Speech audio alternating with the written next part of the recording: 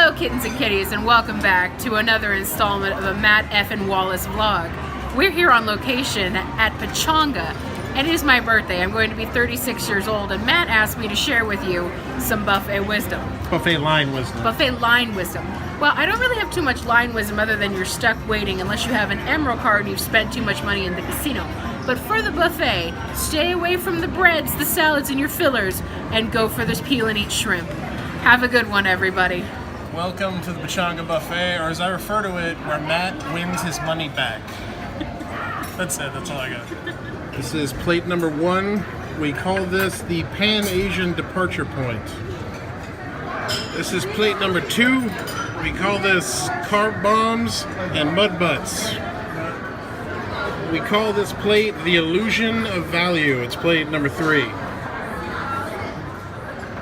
We've hit the dessert plate. That's plate 4. That is pistachio pudding. That is a rare buffet find there. So I have 2. And then I made some tiny soft serve cones and dusted them with candy. And I regret nothing. Nothing. How you doing, baby? Oh, we're not winning. We're trying, but we're not winning. The machines are a little stinky. They have no respect for your birthday? No, they have no respect. But my baby did hit 4 aces, so that was kind of cool. I know, but it's not my birthday. I know. It's not respecting the day of your birth. But you are going to buy me something pretty, so that kind of respects my birthday. So in a roundabout, holistic way, it's sort of holistic interconnectedness of everything way. It's respecting my authority. Fair. Fair. Oh, shit. Well, folks, the luck turned around. We didn't film the 4 freaking aces, but we're doing good. So happy birthday to me and love to all of you. Respect the day of the birth is the message to be had here. Yes. Hi, folks. So we're at the ballet of the lovely Pechanga Resort and Casino, getting ready to head home after our fancy Nikki's birthday night out adventure. I didn't mention this earlier, but I asked you, what do you want to do for your birthday? Yeah. And immediately you're like, I want to go to the casino. She didn't want a big party. She didn't want a gathering of kith and kin. She just wanted to come and sit and play her machines and drink her Bloody Marys at the casino. Are you content with that choice? I am. I'm very content with that choice. I mean, I love you all. It's not that I don't want to celebrate. It's just, I think with how much we work and how hard we work now, like time alone is at such a premium. I think it says a lot about the pace of life we've been living. And relaxing is at such a premium, so I just wanted to unplug and not have to be like, hi, how are you? But the birthday weekend does continue tomorrow. It does. And maybe I'll shoot some more of that, but for now this is, it's actually her birthday tomorrow is her actual birthday when she turns. Old as hell. Old as hell. 29 for the 3rd or 4th time. Gabillionth time. But tonight was when we went out and partied and she looked all beautiful and fancy, and happy birthday, my love. Thank you. So yeah, we'll see you guys tomorrow for part 2 of the birthday shenanigan weekends. Happy birthday, cupcakes! Happy birthday cupcakes from my baby. So those are your birthday cupcakes? Yeah. From the world famous Rockwells. We are in Watson's original soda fountain for your special birthday breakfast. Hey, Jody. Hi. That's My Nikki's mama. daughter, Jody, who got her special birthday cupcakes. And this is only the beginning of your special birthday day. You feel excited? I'm very excited.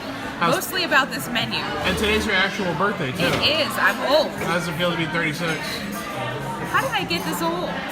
Year by year, babe. That's how we all do I it. just feel like time flies. I remember 21 and then it's all a blur. I am excited about the menu, too. They got some really good stuff. Yeah, it's going to be delicious. Like, for example, they have a lobster roll. Lobster rolls. And they have a I Love Lucy burger, which is a Juicy Lucy with macaroni and cheese on top. Americana pop references. It makes the food better. It's like a creamsicle. This is a push pop shake. Oh, those push. You just stole a little bit of it. How was it? It's really good. Push a push pop. Push it for flavor. Push pop. Save some for later. Just kidding. On that lobster roll game, I'm very excited. What do you got, man? You went for the tuna melts. The birthday tuna melts. Jody's got those stuffed pancakes, right? Nutella. Look at the Nutella. Oh, Savio. That's just sexy right there. Yeah. So they made us a little postcard to commemorate our time at Watson's for my baby's birthday. And it's very nice. We had the option of buying some additional prints We passed on that option. But I'll just say, I'm a damn handsome man. I'll just throw that out there right now with no regrets. Did you have a good birthday breakfast, Mom? Yes, thank you. Alright, and now we're on to get my baby's birthday surprise. We will not be shooting that because she feels it would be bragging. I'll just say it's a vintage jewelry store and leave it at that. But you having a good birthday? Yes, thank you. I love you. Love you too. Bye. The birthday shopping continues. We're outside Sephora. Shout out to my mother, Barbara. Whoop whoop. Thanks, Mom. Gave my baby a Sephora gift card for her birthday. Yay. About to go hook it up. Makeup shopping is like your third favorite thing in the world, right? It is. Yes. Okay, very cool. Thank you, Mom. We love you. Thanks, Back Mom. to my writer's room, everyone. I am Matt Wallace, YouTube's resident angry writer, and thank you for taking a few minutes out of your day to come hang out with me here in my angry, lonely little writerly sanctum. I always appreciate that. I really do. I hope you liked riding shotgun with my wife and I for Nikki's fabulous, fantastic birthday weekend. It was nice. It was very chill. We didn't entirely escape social interactions. There were some friends of hers who insisted on taking her out to like a brunch or a dinner. So we did a few of those. But that's, they're all good people. But mostly, yeah, it was nice to just get to spend some time together, some quality time. Made her happy, made her smile, took her mind off of her constant work turmoil, which we all have. We're both very busy right now doing what we do, trying to make all of this work. All of this, meaning this corner that I have behind me. It's a very expensive corner. So I hope you enjoyed that. Doing my best to expand the vlog, get us outside of my writer's room, show you interesting aspects of the rest of my life and my process here. So I hope you're digging that. It is April 17th, 2018. I have, of course, drawn birthday hamshackle in honor of Nikki's birthday weekend there. That's supposed to be a cake. I don't know. It looks like patriotic hamshackle. It looks like he's holding like the Swiss flag and a model of the state capitol or some shit. And it looks like a drill bit on his head. I failed miserably is what I'm trying to say at drawing birthday hamshackle. But, that's part of the journey. It's part of what hamshackle is. He's poorly illustrated, but you love him anyway. It's kind of like me in that respect, really, when you break it down.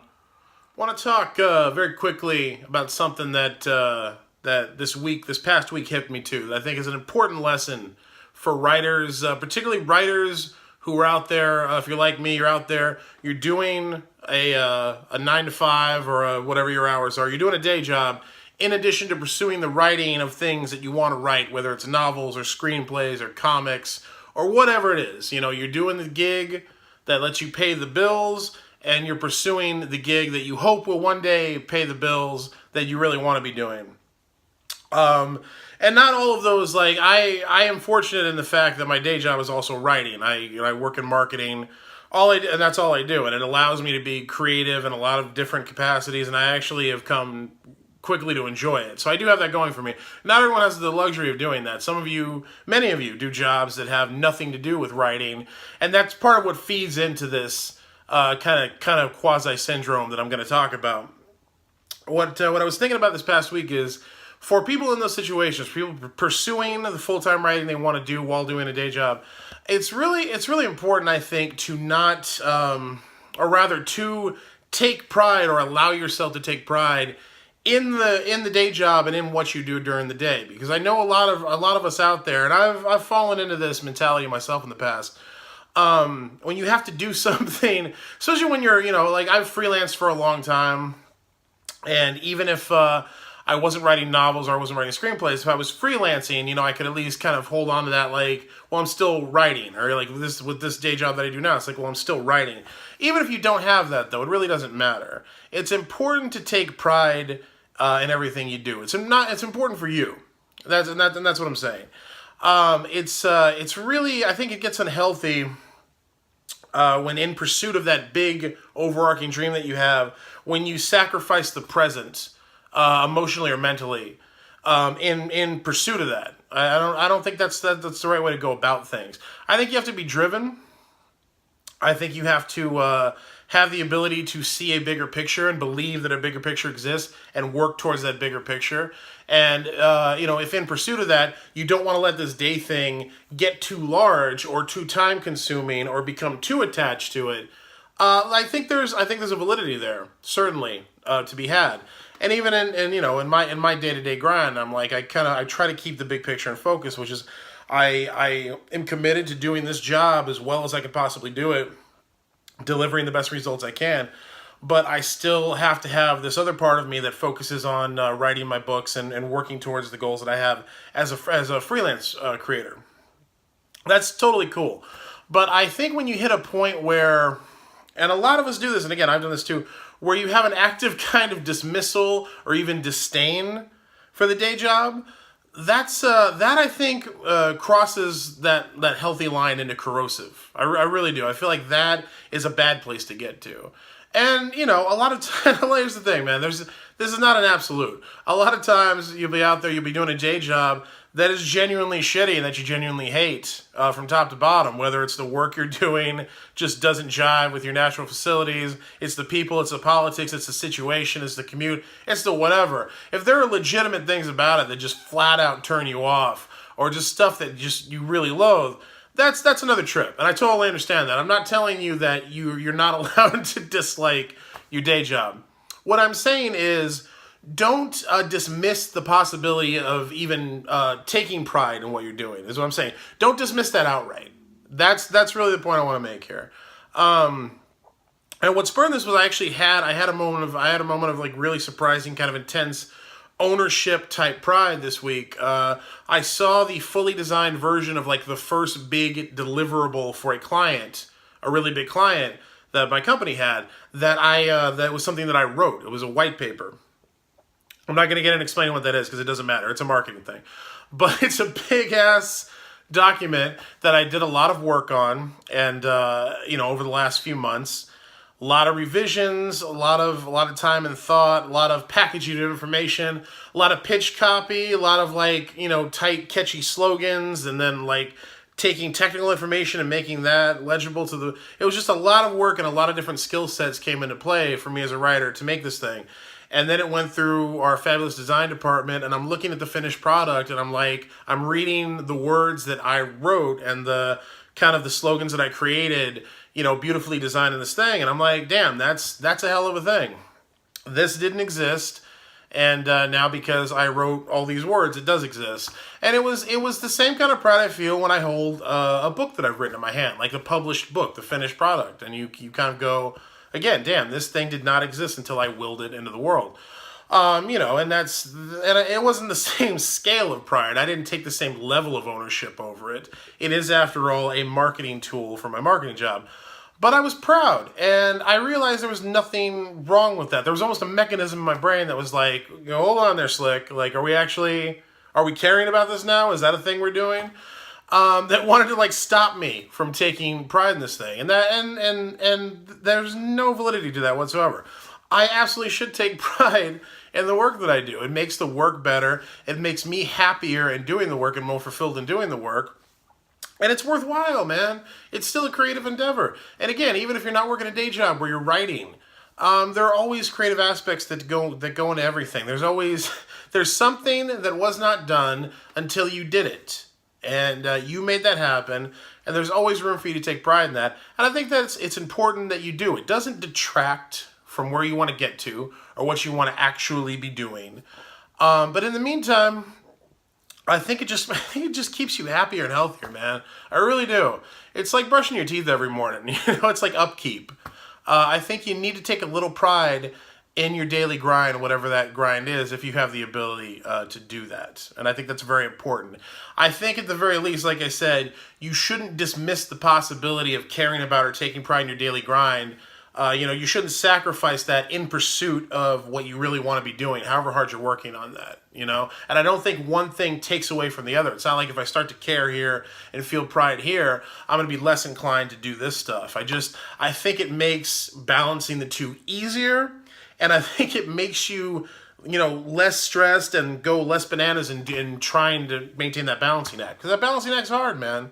It's like having 2 full-time jobs. People don't give credence to that enough. They don't understand it. You know, like that's literally what I do now. I have 2 full-time jobs. I have my day job as a marketing writer, content strategist, as it says in my fancy corporate email signature, and I have my career as a freelance writer, you know, with my 3-book deal with Saga and the new books I'm writing and the TV pilots I'm working on and all this other stuff. It's a full-time gig, and it's tough.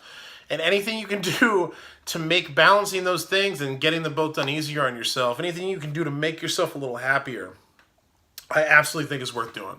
So that's what I want to impart to you today. If you are someone who is pursuing that creative life, that creative career, and you're doing a daily grind, whatever that daily grind is to get there, let yourself take pride in the small victories and the small accomplishments of that daily grind. Go ahead and embrace that. It's okay. It's not necessary to hate this to have this. And that's basically what I wanted to say. Ain't it a fine life, carrying the banner through it all? Because Newsies, ain't it a fine life, carrying the banner tough and tall? I don't know, man. I have no idea. So I obviously cannot even hope to match the news that I had to share with you in last week's vlog. All of that stuff, the book deal, Taste of Wrath coming out, the final book of my Sin du Jour series, the Hugo Awards. That was like the news vlog of the year for my tiny little YouTube channel, little YouTube vlog. So I can't hope to match that. But I did want to remind everyone that this Saturday, the 21st, April 21st, Saturday at 4 p.m., I will be at Dark Delicacies in Burbank, and I will be signing copies of Taste of Wrath, again, the final book in my long-running Sin du Jour series, the 7th and final book, Taste of Wrath. I'll be at Dark Delicacies signing from 4 to 5, and possibly longer. We don't know how long. It's, you know what, it's 4 p.m. till question mark when you do Dark Delicacies, because it's a party, man. It's a party every time. But no, I love Dark Delicacies. It's a great, if you've never been before and you have the ability to come out, I absolutely recommend it. It's more than a bookstore. It's an amazing, like, curio shop filled with horror and sci-fi and fantasy memorabilia, action figures, DVDs, posters, amazing works of art, all kinds of really cool stuff. It's a fantastic place. It's my favorite place to sign books. I've done most of my local Sin du Jour signings there, and we'll continue to do book signings there as long as Dell and Sue, the lovely people who own the shop, have me back. So if you're in the area, if you're in the Burbank area or anywhere close to Burbank, Saturday at 4, I would love to see everybody who can come out make it. Would love to see y'all. My mother is coming down from Phoenix. You can meet my mother. You know, you can get a glimpse into why I am the way I am. So it's gonna be a good time, man. A lot of my other family will be down there too. Friends, fellow authors. You never know who's gonna turn up at one of these things. So Saturday, 4 p.m., Dark Delicacies. Tell your friends, tell your grandma. She'd like to come too. I'd like to meet grandma. She's got stories, man. She's got wisdom to share. Don't discount that just because of her folksy racism. Or maybe do. Maybe probably do, right? Yeah, probably. That is going to be it for this week, kids. Thank you, as always, for joining me, for supporting what we do here. Please, for the love of all that's good and holy, or the love of everything dark and evil, whatever your slant is, I don't judge. Smash the like button, hit that bell notification so you get notified of when new videos come out, which only matters if you're subscribed to the channel, so subscribe to the channel. New vlog every week, theoretically other content. I know I've been slacking on that area, but I am working on it. I am a very busy individual, but I'm doing what I can. But thank you as always, Team Hamshackle. Keep spreading the word. Keep coming back. Leave a comment, let me know how your week's been. I'm always interested to hear from you. Until next time, I remain Matt Wallace. I will see you next week. Same Matt time, same Matt channel, which is this one.